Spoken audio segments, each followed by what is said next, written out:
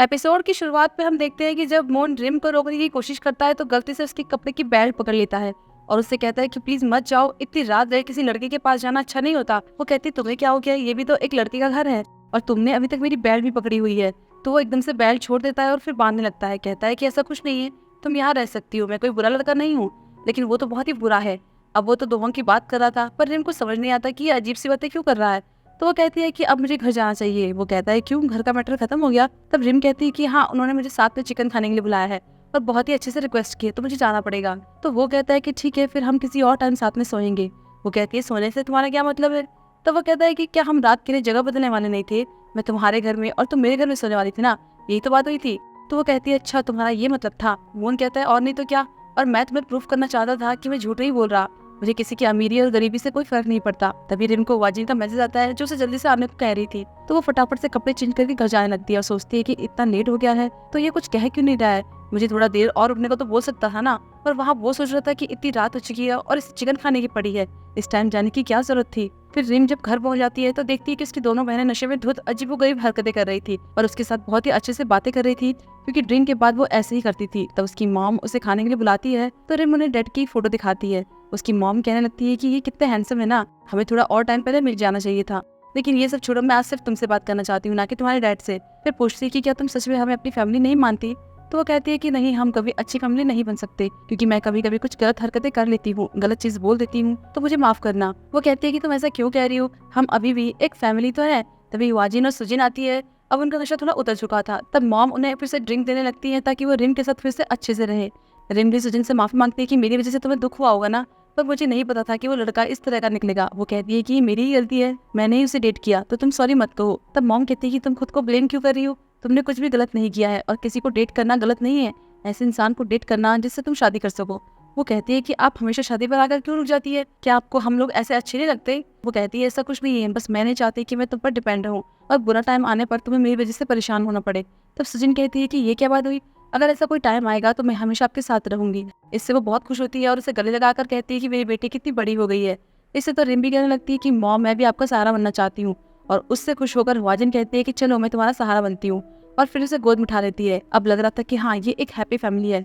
फिर रात में वाजिन सो रही थी तो रिम दोहोंग की दी हुई मूवी स्क्रिप्ट पढ़ रही थी, सोच रही थी कि मैं इसे कैसे ड्रॉ करूंगी। पर तब उसे मून की बातें याद आती है और उसके बारे में सोचने लगती है। तब वो खुद से कहती है कि तुम्हें होश में आना होगा, उसके बारे में से नहीं सोचना। लेकिन फिर भी मून को सोचना बंद नहीं कर पा रही थी। अब अगले दिन मून फिर से अपने डैड से मिलने हॉस्पिटल जाता है। वो बीमार नहीं थे, लेकिन फिर भी उन्होंने जानबूझकर खुद को एडमिट करवाया था ताकि उनका बेटा उन पर ध्यान दे। तो मून कहता है कि जब आप एकदम ठीक हो और डॉक्टर ने भी कह दिया है कि आप बीमार नहीं हो, तो ये सब करने की क्या जरूरत है? वो कहते हैं कि नहीं, मैं बीमार हूँ, मुझसे तो खाया भी नहीं जा रहा, अब मेरा मुंह इतना ड्राई हो चुका है कि पानी तक नहीं पिया जाता, यहाँ तक कि मैं इस तरह का खाना भी नहीं खा सकता। और फिर मून का लाया हुआ वो खाना भी खाने लगते हैं। वो कहता है कि आप मेरा अटेंशन पाने के लिए सब कर रहे हैं। वो कहते हैं नहीं, ऐसा कुछ भी नहीं है, तुम्हें अपने डैड से बात करने की तमीज नहीं है क्या? तो वो कहता है कि ठीक है, तो मैं आपको एक 60 साल की लेडी से मिलवाता हूँ। वो कहते हैं नहीं, मैंने तुमसे कहा ना कि एक आदमी को ऐसा होना चाहिए जो औरतों को एक पत्थर से ज्यादा कुछ न समझे। और उसका हाथ पकड़कर उसका नील दिखाकर कहते हैं कि तुम भूल गए क्या, ये चोट भी तुम्हारी मॉम की वजह से लगी है। तो वो कहता है कि आपको अपने बेटे के सामने से नहीं कहना चाहिए, और लड़कियां कोई पत्थर थोड़ी होती हैं, आप उन्हें ऐसा कहना बंद कर दो। क्या आप मॉम को भूल नहीं सकते? तो वो कहते हैं कि तुम्हें क्या हो गया है, तुम अपनी मॉम की साइड क्यों ले रहे हो? ये सब इसलिए कह रहे हो ना क्योंकि तुम्हें शायद कोई पसंद आ गया है, पर मैं तुम्हें बता दूं कि वो तुमसे प्यार नहीं करती, वो तुम्हें बस यूज कर रही है और उसी से तुम्हारे पैसे से प्यार है। लेकिन जिस दिन वो तुम्हें हर्ट करेगी ना, उस दिन तुम्हारा दिमाग ठिकाने पर आ जाएगा, इसीलिए उससे रिश्ता तोड़ दो। अगर तुमने मेरी बात नहीं मानी तो मैं तुम्हें बिना कपड़ों के लात मार के बाहर निकाल दूंगा। फिर बाहर निकलते हुए मून याद करता है कि किस तरह उसकी माँ एक दूसरे आदमी के लिए उसे छोड़कर चली गई थी, पर उसे तब बिल्कुल भी यकीन नहीं हुआ था और उन्हें रोकते हुए ही कांच की वजह से उसकी नींद में चोट लग गई थी। वो दिन ये आज तक भूल ही नहीं पाया था। फिर हम चॉकलेट हेवन का सीन देखते हैं जहाँ दोहंग अपने साथ किसी को लाया हुआ था और फिर रिम को बताता है कि इन्होंने मुझे यहाँ के बारे में बताया था, पर खुद कभी आई नहीं, इसीलिए मैं इन्हें अपने इन्विटेशन पर लाया हूँ। रिम उनका अच्छे से वेलकम करती है। वो लेडी अपना नाम लिली बताती है और वो एक प्रोड्यूसर थी। फिर रिम उन्हें गार्डन एरिया में ले जाती है। क्रिसमस आने में अभी टाइम था, लेकिन फिर भी यहाँ पर क्रिसमस ट्री लगाया हुआ था और सब लोग उसकी डेकोरेशन को देखने के लिए इकट्ठा हुए थे। अब जैसे ही मून डैना के साथ आता है तो लिली उससे बचने की कोशिश करती है और फिर डेकोरेशन लाइट ऑन कर दी जाती है, जिससे सब कुछ बहुत सुंदर लग रहा था और इससे रिम तो बहुत ज्यादा खुश होने लगती है। तब मून तो बस उसे ही देखे जा रहा था। डैना भी ये नोटिस करती है और पीछे से दोहांग भी ये देखता है कि वो रिम को ही देख रहा है। इस बीच मून एक फॉर्च्यून कुकी उठाता है जिसके अंदर एक नोट रखा हुआ रहता था, तो वो देखने लगता है कि इसमें क्या लिखा है। अब डैना भी देखने की कोशिश करती है, तभी योंग मून से वो छीन लेता है। उसमें लिखा था कि तुम बहुत ज्यादा पॉपुलर हो और जल्दी तुम्हारी शादी हो जाएगी। वो कहता है कि तुमने इसे क्यों उठाया, ये तो मेरा था। तभी एक दूसरे एम्प्लॉय कहती है कि हाँ ये बिल्कुल सही है, डैना इसकी फियांसे है और ये जल्दी शादी कर लेंगे। डैना तो ये सुनकर खुश हो रही थी, लेकिन मोन को बिल्कुल भी अच्छा नहीं लगता, तो वो वहाँ से चला जाता है। फिर बाद में जब रिम गेस्ट को खाना सर्व कर रही थी, तब डैना को उसे देखकर बहुत गुस्सा आ रहा था और उसी टाइम उसकी वही फ्रेंड रीना भी आ जाती है, जो कि उसे रिम के लिए और भी ज्यादा भड़काने लगती है और कहती है कि इतना कुछ होने के बाद भी इसे निकाला क्यों नहीं। फिर उसे अपने पास बुलाती है और कहती है कि तुम अभी तक यहाँ से गई क्यों नहीं। रिम भी कहती है कि जब मैंने कुछ गलत नहीं किया तो मैं जाऊँ क्यों। इस पर तो वो वहाँ पानी गिरा देती है और कहती है कि अब इसे साफ करो, और काफी कुछ कहकर उसकी इंसल्ट करने लगती है। लेकिन इस पर भी रिम कुछ नहीं कहती, चुपचाप से पानी साफ करने लगती है। पर रीना इतने में नहीं रुकती और पानी गिराते हुए कहने लगती है कि मोन और दोहांग दोनों तुम्हारी पहुंच के बाहर है, तो तुम उनका सपना देखना भूल जाओ, तुम तो बस एक नौकर हो। इतना कुछ सुनने के बाद भी रिम बस खुद को शांत करने की कोशिश करती है, लेकिन तब उसे मोन की बातें याद आती है कि तुम्हें किसी की बातें सुनने के लिए यहाँ नहीं रखा है। तो वो भी अब फाइट के लिए तैयार हो जाती है, कहती है कि क्या तुम मेरे से लड़ाई करके मरना चाहती हो, और मोब का पाइप तोड़कर उसे डराने लगती है कि चलो देखते हैं कौन पहले मरता है। मेरा सपना जो भी हो वो तो मेरी मर्जी है, मैं कुछ भी देखूं, लेकिन तुम अपना देखो, और उसे मारने के लिए करती है। तभी दोहांग को देखकर रीना फटाफट से उसके पास भाग जाती है, उसका हाथ पकड़कर कहने लगती है कि ये लड़की तो पागल हो गई, देखो मेरे साथ क्या करने वाली है। पर वो तो उसका ही हाथ हटाकर कहता है कि अगर कस्टमर ही पागल हो तो वर्कर को ऐसे ही करना चाहिए, और तुम्हें क्या लगता है कि तुम्हारी आवाज किसी ने नहीं सुनी? तुम इतना जोर से बोल रही थी कि सबको पता चल गया कि तुमने ही पहले शुरुआत की। और तुम्हें ये बात जाननी चाहिए कि रिम मेरे पीछे नहीं पड़ी है, मैं ही हूँ जो उसे पसंद करता हूँ, मेरे मन में उसके लिए फीलिंग्स है। वहाँ खड़े सारे एम्प्लॉयज के साथ साथ रिम भी ये सब सुनकर बहुत ज्यादा सरप्राइज होती है। तब मोन भी पीछे से सुन लेता है, लेकिन उसे ये बात बिल्कुल भी पसंद नहीं आती। बाद में सारे एम्प्लॉयज रिम के बारे में बातें करते हैं कि वो कितनी लकी है, बहुत जल्दी सिंड्रेला बनने वाली है, अब तो इसे जॉब करने की जरूरत भी नहीं है क्योंकि इसे बहुत ज्यादा प्यार करने वाला जो मिल गया है। पर वो तो उन्हें चुप कराती है कि तुम ये सब क्या कह रहे हो। मोन भी इस टाइम वहीं पर था, तो जिन उसे कहने लगता है कि हमें तब इसकी जगह एक दूसरे एम्प्लॉय को ढूंढ लेना चाहिए, लेकिन वो कुछ नहीं बोलता और सीधा निकल जाता है। तब रिम भी उसके पीछे जाती है और उसे रोककर माफी मांगती है कि मेरी वजह से इतना कुछ तमाशा हो गया, लेकिन मैं दोहांग को पसंद नहीं करती, और फिर मन में कहती है कि मैं तो तुम्हें पसंद करती हूँ इडियट। तब मोन को अपने डैड की बात याद आती है कि वो लड़की तुमसे प्यार नहीं करती, वो बस तुम्हारा यूज कर रही है। तो वो कह देता है कि क्या तुम दोहांग को यूज कर रही हो और तुम बिल्कुल भी सिंसियर नहीं हो। उसे 2-4 बातें सुनाकर वहां से चला जाता है। फिर वॉशरूम में जाकर ये सोचने लगता है कि मुझे क्या हो गया था, मुझे रिम को ऐसा नहीं बोलना चाहिए था, क्या मुझ पर डैड का असर हो गया है। तभी दोहांग उसके पास आता है, कहता है कि तुम ठीक तो हो ना, अब मैंने रिम से अपने प्यार को कन्फेस कर लिया है तो तुम्हें बुरा तो लग रहा होगा, लेकिन तुम इसकी चिंता मत करो, अपनी फियांसे से शादी करो और मैं रिम का ध्यान अच्छे से रख लूंगा। तब मोन भी गुस्से में कहता है कि पहले तुम्हें खुद का ध्यान रखना होगा, और उसे जोड़कर एक पंच मारता है। तब वो भी मोन को मारने लगता है। फाइट करते करते वो वॉशरूम से बाहर लॉबी और सीधा गार्डन एरिया में पहुंच जाते हैं। सब लोग उन्हें देखने लगते हैं, पर ये तो लड़ने के नाम पर बस एक दूसरे के बाल ही घिस रहे थे और कह रहे थे कि कौन बड़ा है। तब एक कह रहा था कि तू अपनी आईडी दिखा और दूसरा कह रहा था कि तू अपनी आईडी दिखा। दोनों बच्चों के जैसे लड़ रहे थे। तब लिली और रिम दोनों उन्हें ऐसे देखती हैं, तो उन्हें रोकने के लिए उनके हाथ में जो भी आता है उससे रैंडमली उनके सिर पर जोर से मारती है। ऐसे में लिली दोहांग को और रिम मोन को मार देती है। लेकिन जब मोन ये देखता है कि मुझे मारने वाली रिम थी तो उसे बहुत बुरा लगता है, पर उसे अपने बालों की भी चिंता हो रही थी कि अगर मैं गंजा हो गया तो। लेकिन उसे ये भी बुरा लगा कि रिम ने उसका साथ क्यों नहीं दिया। वो कहता भी है कि तुमने मेरा साइड क्यों नहीं लिया, मैं तुम्हारा बॉस हूँ, मैं तुम्हें सैलरी देता हूँ। वो कहते हैं कि तुम बॉस हो तो इसका मतलब ये थोड़ी कि तुम ये सब करते रहो और तुम ये सब मेरे साथ कर सकते हो, उसके साथ नहीं। तब वो गुस्से में कहता है कि तुम अभी भी उसका साइड ले रही हो। वो कहती है तुमने तो कहा था कि मैं सिंसियर नहीं हूँ, तो अब बन रही हो ना। वो भी कहता है कि तुमने तो कहा था कि तुमसे पसंद नहीं करती।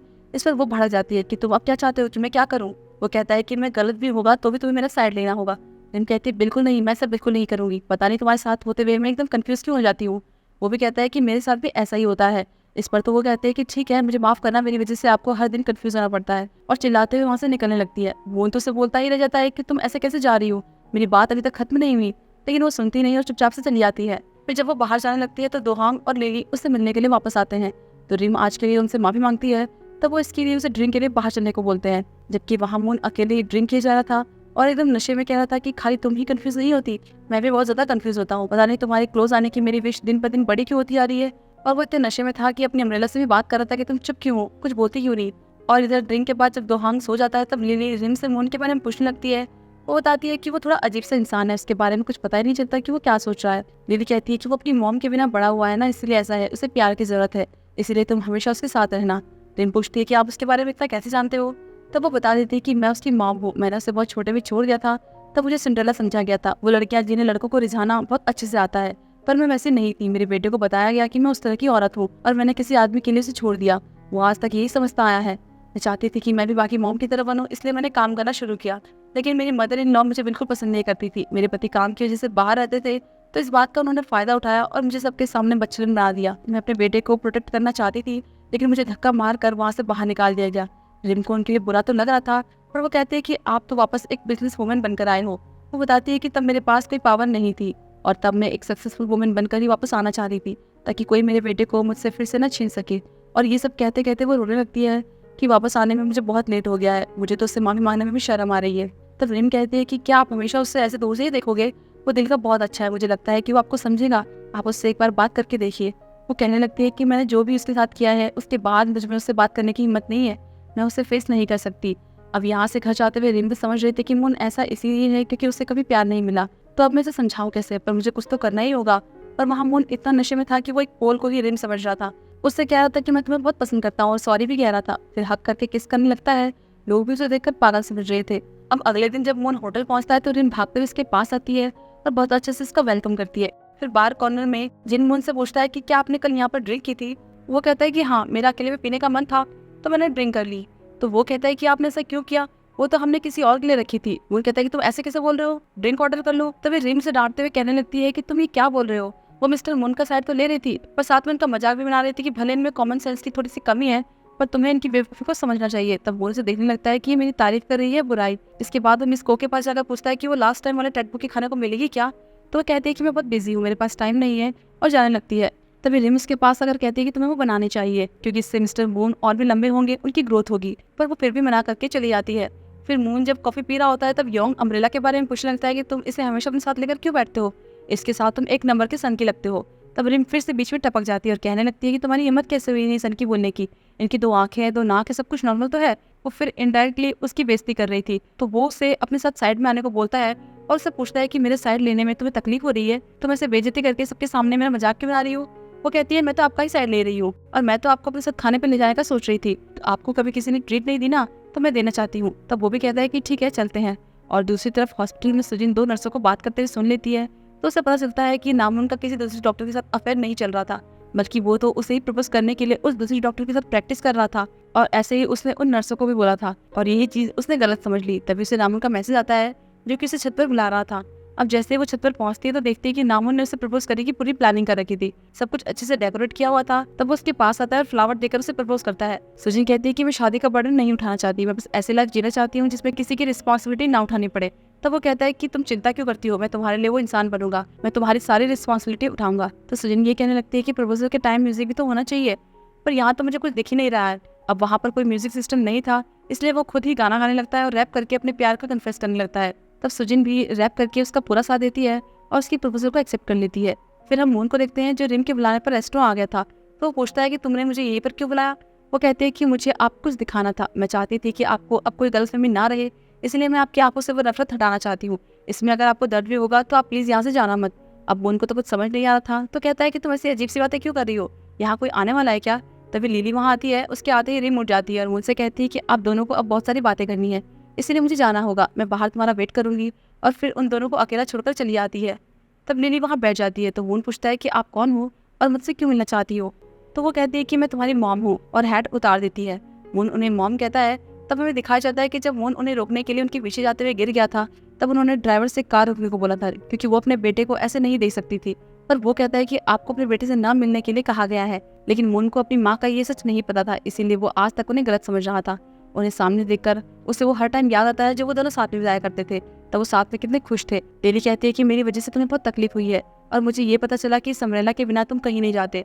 वो कहता है कि इसका आपसे कोई लेना देना नहीं है और मुझे कोई मॉम की जरूरत नहीं है, तो आप चले जाओ। वो कहते हैं कि नहीं, ये सब मेरी वजह से हुआ है और ऐसा नहीं कि मैं तुम्हें प्यार नहीं करती, मुझे तुम्हारी बहुत याद आती थी, इसलिए मैंने तुम्हारी आंटी से कहा था कि मैं तुमसे मिलना चाहती हूँ, लेकिन मदर इन लॉ को पता चल गया था तो मैं तुमसे मिलने नहीं आ पाई और तभी तुम्हारा किडनैप हुआ। मुझे नहीं पता था कि मेरे जाने के बाद तुम्हें कोई हर्ट करेगा। वो ये भी बताती है कि मेरा कभी कोई अफेयर नहीं था और ना ही तुम्हारा कभी किडनैप हुआ था, वो सब तो मदर इन लॉ ने किया था, पर मुझे माफ करना कि मेरी वजह से तुम्हें इतना कुछ सहना पड़ा। वो कहता है कि अब झूठ बोलना बंद करो, मैं अफेयर और किडनैपिंग को बोल सकता हूँ, लेकिन आपने कहा कि मुझसे प्यार करती हो, अगर ऐसा होता तो आप मुझे और डैड को इतने टाइम तक इस तरह अकेला जीने के लिए नहीं छोड़कर जाती। आपको आइडिया भी है कि मैं किस दर्द से गुजरा हूँ और अब जाकर आप कह रही हैं कि आप मुझसे प्यार करती हैं, लेकिन सच तो ये है कि आपने अपने मतलब के लिए हमें छोड़ दिया था, शायद अभी भी आपका कोई मतलब होगा, कहीं आपको अपनी एनिमी तो नहीं चाहिए। तब वो रोते हुए कहने लगती है कि नहीं, ऐसा नहीं है, मेरा यकीन करो, मैं बस माफी मांगने के लिए वापस आई हूँ और मैं जानबूझकर तुम्हें छोड़कर नहीं गई थी, मैं सच में तुमसे बहुत प्यार करती हूँ। लेकिन वो उनकी नहीं सुनता और उन्हें रोता हुआ छोड़कर बाहर चला जाता है। तब याद करता है कि बचपन में वो मॉम के जाने के बाद वही अम्ब्रेला लेकर किस तरह से उनके लिए रोया करता था और अभी भी वही अम्ब्रेला लेकर रो रहा था। तभी रिम्स के पास आती है और कहती है कि तुम ठीक तो हो ना, लेकिन वो कहता है कि तुमने अपनी हद पार कर दी है, तुम खुद को समझती क्या हो, तुम्हारी वजह से मुझे उस औरत का झूठ सुनना पड़ा।